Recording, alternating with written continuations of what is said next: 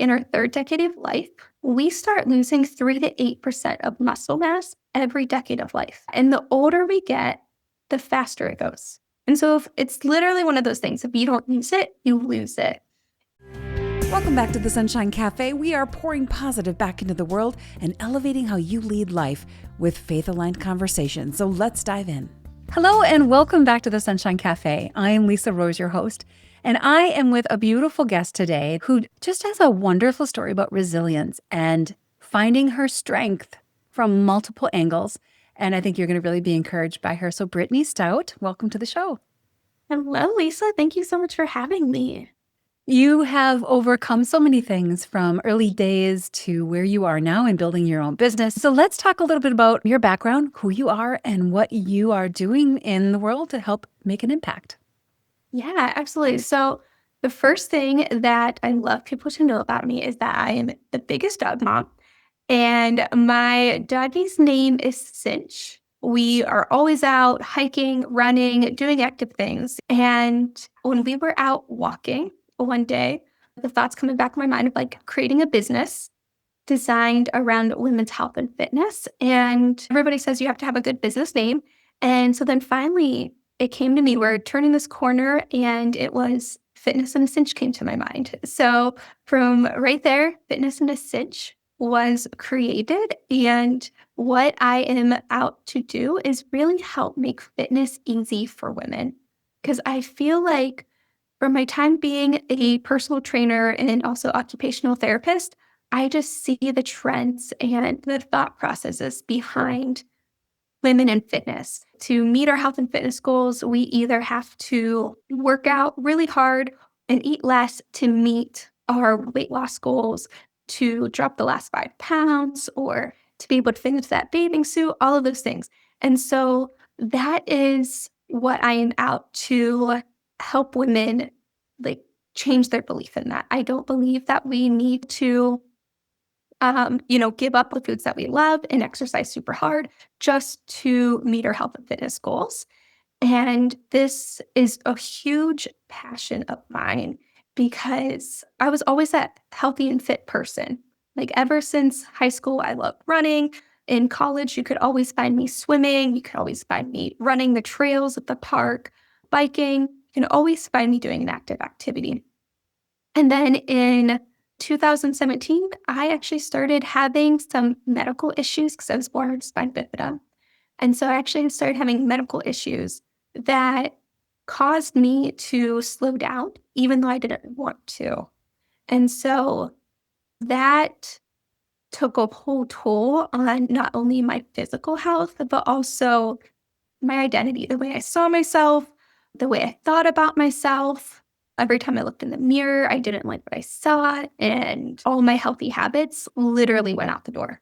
And it was hard to be that trainer and the occupational therapist and really continue that health and fitness journey that I was on because of the health issues I was now facing.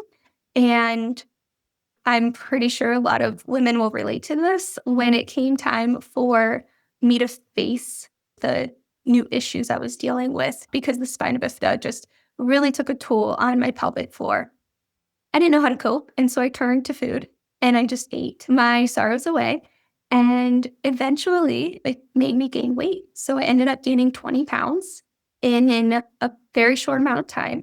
And every time I tried to lose weight, I would just want to cry because I was just declining. And here I am, an occupational therapist trying to help people improve their lives and become independent. And I am declining. And so I finally looked in the mirror one day and realized I had enough. And once that happened, I turned everything around slowly. And within 6 months, I was able to lose 20 pounds. And I kept going. I started changing those habits that I used to do. I was doing them again, and it was helping me, and it was improving my life. And I was taking the steps to help improve my pelvic floor. And I'm getting back to strength training because the toll it took on my body, because I love working out. I'm always in the gym. And I wasn't able to lift anymore. Like I couldn't even stand up without having an accident. So it was hard. But then after I found healthcare professionals that listened to me, I was able to get the help I needed. And I was able to lose all that weight, keep it off without any extreme diets or having to think I need to work out every day, all day long, and cut out all my favorite foods. And sure enough, I've been able to keep the weight off now for, I think it's going on 5 years now. And now I'm hoping women do the same because I saw the other side of it. I went from being fit to being unhealthy and gaining all that weight. And now I'm back to, I feel like my old self, but new self, new and improved. There you go. Yes. Absolutely. Being diagnosed with something like spina bifida could be a huge excuse. It's just one of those things we start worrying about or thinking about. I can't do X, Y, or Z. But you found a way to get back to your healthy self and to start really being aligned again with who you are. So tell us a little bit, first of all, for maybe listeners out there, what is spina bifida and how did that affect your health? Yeah. So spina bifida, it's basically your spine doesn't fully develop. And I was misdiagnosed when I was born because I have a milder form, but I still had a sac on my lower back. So what it looks like when a baby's born spina bifida is they have a sac on their back of fluid. And when I was born, my parents told me that it looked like a cyst and the doctor said it would go away. So after 3 weeks, it still didn't go away. My parents took me back to the doctor and was like, this didn't go away. Something's wrong. And they did a test, realized I was born with spina bifida. And so my spina bifida is down in the sacral level. So it's a very low level on your spinal cord. And what that impacted was some sensory and motor innervations. And so my muscles don't all work in my right leg. Hmm. And that also impacted like my pelvic floor muscles. So I think being able to go to the bathroom impacts that. And so for myself, like I'm ambulatory, so I can walk. When I start getting tired, you can really tell that my muscles are wearing down because you can actually start seeing me limp. Hmm. So because I don't have all the muscle activation in that right leg. Okay. So that is what spina bifida is. It's actually very, very common. So common that that's why you want to get your folic acid. I'm sure you've probably heard that from women who are pregnant. You want to get the folic acid so that you can avoid spina bifida. Got it. Okay. Well, and instead of that being an excuse, you just kept on pressing on. I'm curious because you've said so a couple of times already how much you just loved being in the gym, you loved working out, you loved swimming, loved running. What is it about those moments when you're in those moments, working out, exercising, or just being active, running with Cinch, whatever it might be? What is it that makes you so drawn to it? You know what? I grew up with 3 older brothers. And so Okay. we were always, roughhousing around, always wrestling. And so I feel from very young, I had to always hold my ground and be physically fit because of my brothers. Just to defend yourself. Yes, just to defend myself. And because I was really their little human action figure of like, oh, let's see what we can do. And my oldest brother is 10 years older than me. So, he could really throw us around. But then once I got older, I just loved getting on the bike and riding and just feeling the wind in my hair, just being alone in my thoughts. And I really feel like it's just my free time to escape and focus on myself and improving my own physical abilities and just testing how far I can actually go.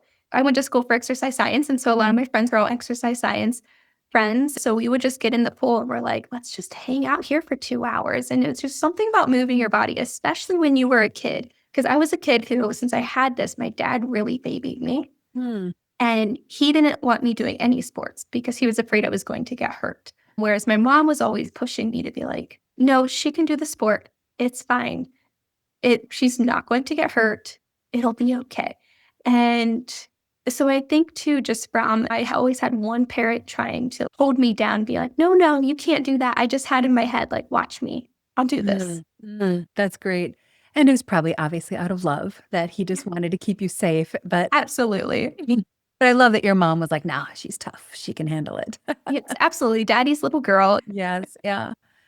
Well, and one of the reasons I asked that question is because I think so many of us, especially as we get through high school, out of college, and we start into our careers, we end up sitting at these desks like I am right now, and we sit. And the flexibility that we had from just being active in high school and college starts to kind of go away. And it takes exponentially more effort to start moving again than it does to keep it going once you get going. So I know you tend to work with kind of the 30 and over group of women. What are some of the things that you work with them initially with to just help them get moving? So a lot of women who come to work with me, they first come to work with me because they want to lose some weight. Mm. What they've been trying to do isn't working. And so a lot of them might be doing cardio already, like walking, or even just starting walking sporadically or periodically whenever they can fit it in. And they've started trying to change their diet by eating healthy, restricting the carbs. And maybe they heard like, oh, I can only eat one meal a day, so I'm going to stick to eating one meal a day. And so a lot of times women will come to me for that, for weight loss, but then they leave feeling so empowered and strong and just performing so much better. One of the big things that I focus on is strength training. And like you said, I focus on women over 30 because in our third decade of life, we start losing 3 to 8% of muscle mass every decade of life. And the older we get, the faster it goes. And so if it's literally one of those things, if you don't use it, you lose it. And if you are just doing cardio all the time, then you're not actually using your muscles. You're working your heart and your lungs, which is great. Like cardio has its place. And I told you, I love being on my bike. It has its place, but we really need to be strength training. And that is where I start because we want to be able to preserve that muscle and maintain the muscle they have and even build the muscle that they have. And because if you're not using it, then your muscles are going to decline. You're going to lose that muscle. And then it starts becoming unhealthy. And we want our muscles to be strong and healthy. And so that's the first place I start my clients is strength training and making sure that they're strength training appropriately. So they're not just going in the gym and doing just random exercises. We are actually using large motor groups, so large muscle groups, compound exercises, as we call them. So exercises using multiple joints. So these would be like your squats, your deadlifts, lunges, things like that. We're not wasting time just sitting there doing bicep curl and crunches and calling it a day. So that's where we start. Okay. That makes a lot of sense. I think it's easy for us to look at strength training or working out as only a weight loss tool. But the thing is that our whole bodies are supported by that muscular infrastructure that we have. And actually, our muscles themselves create hormones in our bodies that help support our health. So tell us a little bit more about the importance of muscle building outside of just losing weight. Yes, more muscles burn more calories, but let's talk about why they're so important. Yeah. So as I've said before, I'm an occupational therapist. And if you don't know what an occupational therapist is, what we do is we help people live life to their fullest. And so that is our motto that we go by. And what that means is we help you become independent so that you can live your life. And you need your muscles to be able to do that. I did a speaking engagement one time, and one of the ladies in the group said, oh, wait, strength training is like rehab before you need rehab. And I said, yes. Because if you are strength training your muscles, you are going to become stronger. And it's like, okay, well, why does that matter? Let's turn it into your daily activities, which is what an occupational therapist works on. Your activities of daily living or your instrumental activities of daily living, your recreational activities. What are you doing in your day that you need muscles for? Well, if you are a dog mom like me, when I was walking my dog this morning, we had another dog off its leash run up to us, and my dog is not friendly. So I hurried up and swooped up my 40-pound dog and picked her up. And so if you're not strength training, are you going to be able to lift up your dog in time of emergency? Or if you have children and you're running around with them, are you able to pick them up and carry them and hold them like you want to. Even like household chores. Can you pick up laundry and go up and down the steps? Can you go on vacation and can you hike the length and the distance that you want to without resting, or do you have to rest? This is why having muscles are very important, because it helps you really live an independent life and perform your best outside of the gym. And you don't Exactly. even have to work out at the gym. You can work out at home, but outside of your workouts, it really helps you become strong, independent. Yeah, you're carrying the Yeah. groceries. You got 40 pounds of salt you have to bring down to the softener to fill the softener with salt. There's so many things that require muscular strength in our daily living. There's this tendency to think that as we get older, oh, it's just a part of aging that we just get older. But we get weaker because we don't use our muscles. Let's talk a little bit about that. Yeah, yeah. So I had a client come to me. She could not, we had to do everything on a mat table. So if you don't know what a mat table is, it's a table that it's very soft on the top and you can do exercises on it. And she was unable to get down on the floor. And I said, no problem. We can do these exercises on the mat table. And so 2 months in, I was like, okay, let's go over to the mat table and we'll finish the exercises over here. And she's like, no, no, like I have something to show you. And she had enough strength to not only get down by herself, but to get back up. And my face was beaming. And she said, I've been practicing this. And because before it was really hard for her to get down, because you do need muscles to control getting down to the ground. But then you also have to have muscle strength to be able to push yourself up off the ground and push against gravity. And she did it without having to hold on to furniture or a table to like push herself back up. She was able to do it because she built up that strength. And it is one of those things, if you don't use it, you lose it, especially as you get older. And like I said, we lose that muscle. We lose muscle as we get older. And you might not feel it between today and next week, but you're going to be feeling it a decade from now. Exactly. Yeah. And so that feeling that parents or grandparents have that they can't get down on the floor and play with their kids or their grandkids anymore is not because you're old. It's the fact that those are muscles that have not been used for a while. And the Mhm. beautiful thing, I think the very empowering thing about that is you can get that strength back. Our bodies are so amazing that we can little by little work on that. And love that your client actually took that homework and did those exercises to be able to build that strength back up again. So that's a Yeah. wonderful success story. Yeah, it was huge. It was huge. Because yeah, if we also have different components of our fitness besides muscles. So in addition to muscle strength, you lose power. And so power, think about being able to propel yourself up a hill or steps, right?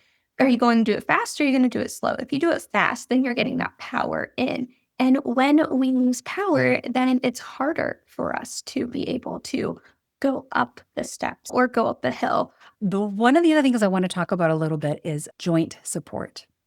Mhm. You had mentioned before about how you do combination exercises that really use the muscles in our bodies in a great way. And I think some people will shy away from working out or exercise because they have bad knees or a bad hip or fill in the blank, bad elbows.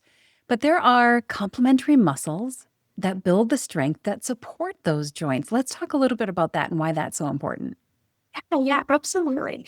So, yes, everybody is built pretty unique to themselves, right? For example, whenever I go to squat, my friend, she's able to keep her toes perfectly forward. I keep mine a little bit angled out because that is how my joints are. And that is fine. Everybody thinks there's one straight way to do an exercise, but there's not because we're all built a little bit differently. And you want to make sure that you are strength training and using the best forms for your body, because that, like you said, that is going to help with the joint support and the musculature. And it's going to really help with the imbalances. And that's going to help with that joint support. That's going Mm. to help with that muscle health that we talked about earlier. And the aches and pains can disappear when you are strength training appropriately. I had a Yeah. client who walked. She always had hip pain. We started strength training and she went. on vacation with her adult children, walked all over New York City, walked 14,000 steps, and did not have any hip pain. That was her goal, was to be able to go on vacation and walk without any issues. And she was able to do that through strength training. And we did exercises that focused on making sure that that hip was nice and strong. We focused on making sure that her core was strong and that she wasn't just skipping around doing random exercises. We put her on a structured plan that progressed to help her get there so that it ended up helping her improve her strength. It improved her walking abilities and reduced that pain that she was having. So she was actually able to go on vacation, make memories, and not have to rest because she needed to. Right. So she wasn't holding back herself or her family through that process. She got to be right in the thick of it, enjoying and making those memories. And that's Yeah. how you have a happy life. Yes, yes. Wonderful. How does flexibility and stretching piece of it play into the whole mix? Yeah. So when I was growing up, we would do static stretching before we exercise, where we would just sit there and hold the position for 10 seconds to stretch our hamstrings or quads or triceps, right? And so we would count to 10 and then go on to the next one. However, what we want to be doing is more of this dynamic mobility warm ups before we start strength training. So, trying to get our heart rates up and getting the blood flowing to the muscles. So, your body weight squats could do this, adding in some of like your jumping squats, jumping jacks, being able to do different mobility drills and exercises to help loosen up those hips, to get them more dynamic and loosen them up versus just holding them in one spot. Does that make sense? Yeah. So you're moving gentle movements Yes. without extra weight, but just with the body's own weight Mhm. until you're kind of got those joints kind of lubed up and ready to go. Yes. Yeah. And then that static stretching, that's perfectly great to do like after your workout is over. At the end. Okay. Mhm. Beautiful. Wonderful insights. I love that. I love that. Everything you're saying about how those muscles are supporting our joints and helping our joints stay stronger is a really good recommendation. In fact, I think when people deal with things like arthritis or some of these joint issues, it's almost counterintuitive because you feel like you don't want to move at all because there's pain. But in fact, gentle movements and the right movements through some of that pain can actually help loosen that up. So, how does that play into how you work with your clients? Yeah, yeah. Great question. Because I do have a client who has arthritis in her knees, and we have to take it easy on those days that her knee is just not cooperating.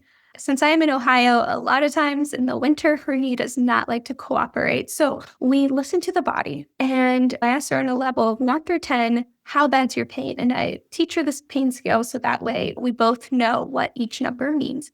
And from there, we'll do some gentle movements, but we're not going to push that knee where it's going to cause her more pain. We set up her exercises where if she is having the knee pain, we don't have to work the knee. We can always do upper body. And so it's listening to your body and having a backup plan and knowing your body well enough to know what you can do if the knee is okay enough to exercise and how much we can actually work it.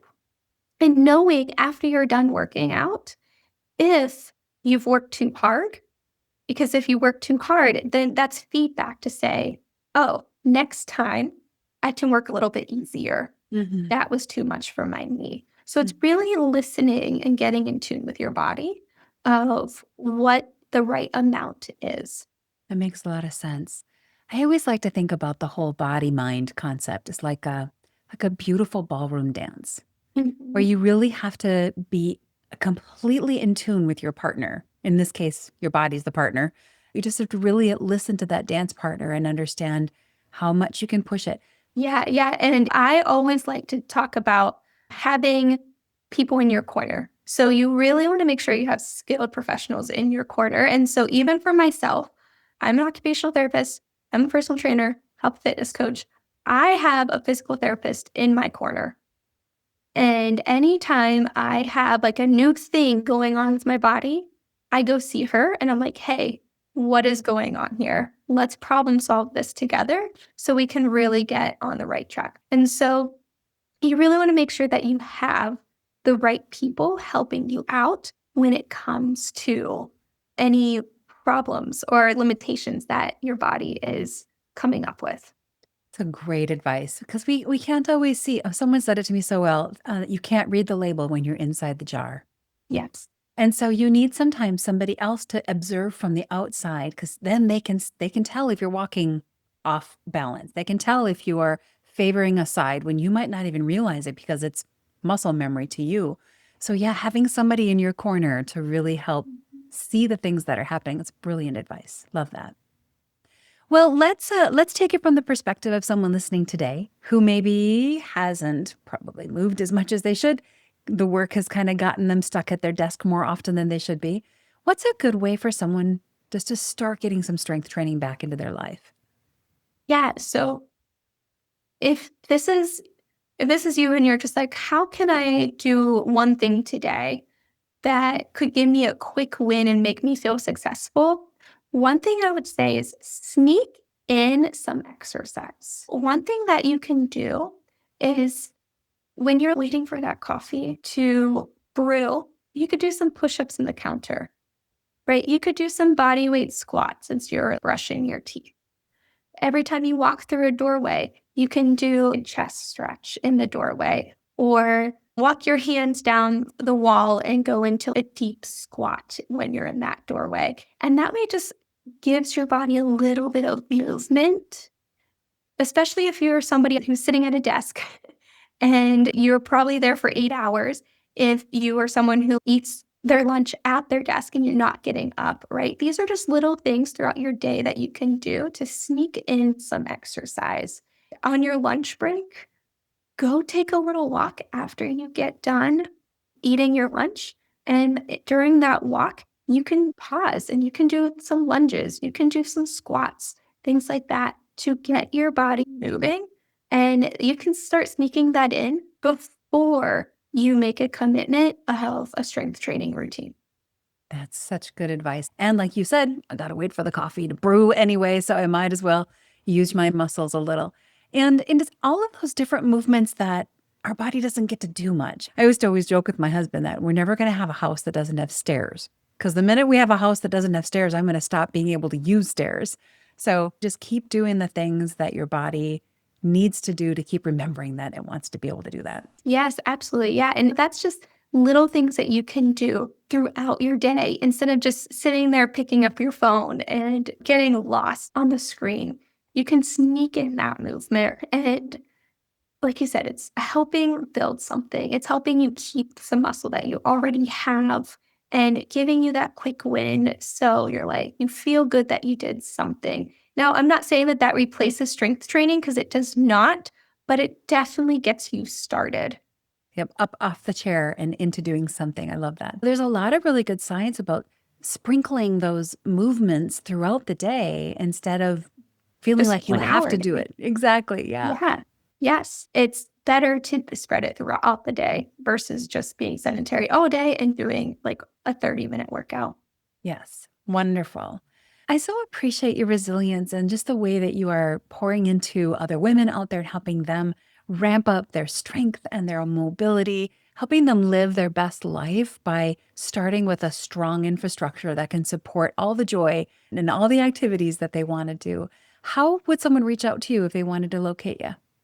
Yeah. So I would say Instagram is the best. My handle is I am Brittany Stout. So pretty simple. And just send me a DM on there. That would be the best way. Okay, that sounds great. I'll put that in the show notes as well. Before we wrap up, Brittany, do you have any final words of wisdom or something you'd like to just encourage people with? Yeah. I'm going to say when it comes to strength training and working out, a lot of times we think that we have to be perfect with it. And then life happens, you end up getting sick, your kid needs you, the gym's closed, a holiday comes, right? And it ruins your 7-day streak that you planned. I would say make a realistic plan. I'm an American College Sports Medicine personal trainer, and what they recommend is strength training at least 2 times a week. That seems very doable. Yes, so every major muscle group at least 2 times a week. Now, I definitely recommend 3 to 4 days a week because for different reasons when it comes to a structured strength training program. But we're not saying 7 days a week because your body does need time to recover, especially if you are working out appropriately. I was working with one client. She was so sad that she had to do a morning workout. She's like, I don't want to wake up every day in the morning. That's the barrier. And when she realized, wait, it's only 3 times a week, it took all that overwhelm away because she's like, that's doable. It's just 3 days. I can do that. Exactly. I love that you actually said 3 days because then you can take it flexible. I've got 7 days. I just need to get 3 in. And if today I'm not feeling it, something comes up, the day gets busy, I know that I can do it tomorrow. And yeah, aim for 3 and put it on your schedule. Because if you don't put it on your schedule, then you're going to skip it. Say 3, schedule it, and commit to that schedule like it's an appointment. Good idea. You have an appointment with your physical therapist or your occupational therapist in this case. So we can just say that we're all going to meet with Brittany for our strength training and we can't skip it. So, right? Yes, don't skip it. Don't skip it. Well, Brittany, thank you so much for your time and sharing some of your insights and ideas. Thank you so much for having me. I enjoyed this chat with you. Likewise. Thank you. Brittany's story and everything about her is just so inspiring. I have 5 great takeaways for you today. Number 1, fitness does not have to be extreme to be effective. Brittany encourages us to let go of that idea that we have to work out constantly or eat less or eat nothing and give up all the foods that we love just to make progress. It is about balance, my friends, and consistency, and every single movement we make, even when we sneak those little movements into our normal day, is still movement. So sneak those movements in and start getting your body going. Number 2, strength training is about freedom, function, and independence. Muscle helps us live and do things that we need to do every single day while we're living our lives. Muscles help us carry groceries and climb the stairs and lift the kids or maybe our pets. They let us travel and hike and get up from the floor and have the freedom to be independent so we don't have to have that constant requirement for others or for equipment to assist us. And that's what we all want, the freedom and the independence. And we can have that when we keep our muscles strong. Number 3, what you don't use, you will lose, but you also can rebuild it. Brittany's client, who went from being unable to get down onto the floor and getting back up again all on her own, is one of the most hopeful examples in our episode today. Brittany's client story proves to us that repeating good form, doing compound movements, and following just a very simple but structured plan can actually help us support our knees and hips and the core strength that we need, our balance and our overall movement. That strength that you feel like you might have lost can return. What you feel is weak today, your balance, your equilibrium, your strength, all of that can return and become stronger when we do consistent and steady practice. Number 4, listen to your body, my friends, and get the right people on your team. Pain is one of our body's most effective ways to communicate. Not always the most enjoyable, but definitely the most effective. Brittany encourages us to just adjust our workouts as needed and get that professional guidance necessary so you know you're on a good path and you're doing things in the right form. You do not need to figure out everything all by yourself, my friend. Adding a couple of people to your team will not only give you the insights that you need, but also some friends that you can celebrate with as your strength improves. And finally, number 5, a realistic and incremental plan beats a perfect plan all day long, every day. So my friends, start with small movements. You can sneak them into the waiting gaps of your day while you're waiting for your coffee to brew, and then little by little aim to do a doable rhythm just 2 days a week. Just those 2 days will help strengthen every major muscle group.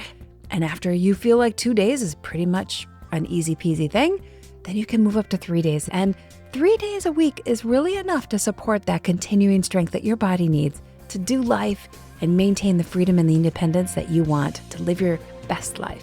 Thank you for stopping by the Sunshine Café today. If this episode resonated with you, would you please consider sharing it with someone you know who might appreciate learning more about how valuable strength training is for living your best life. Until next week, my friends, stay positive and keep pouring that sunshine into those around you. I'll look forward to seeing you right back here next week at the Sunshine Café.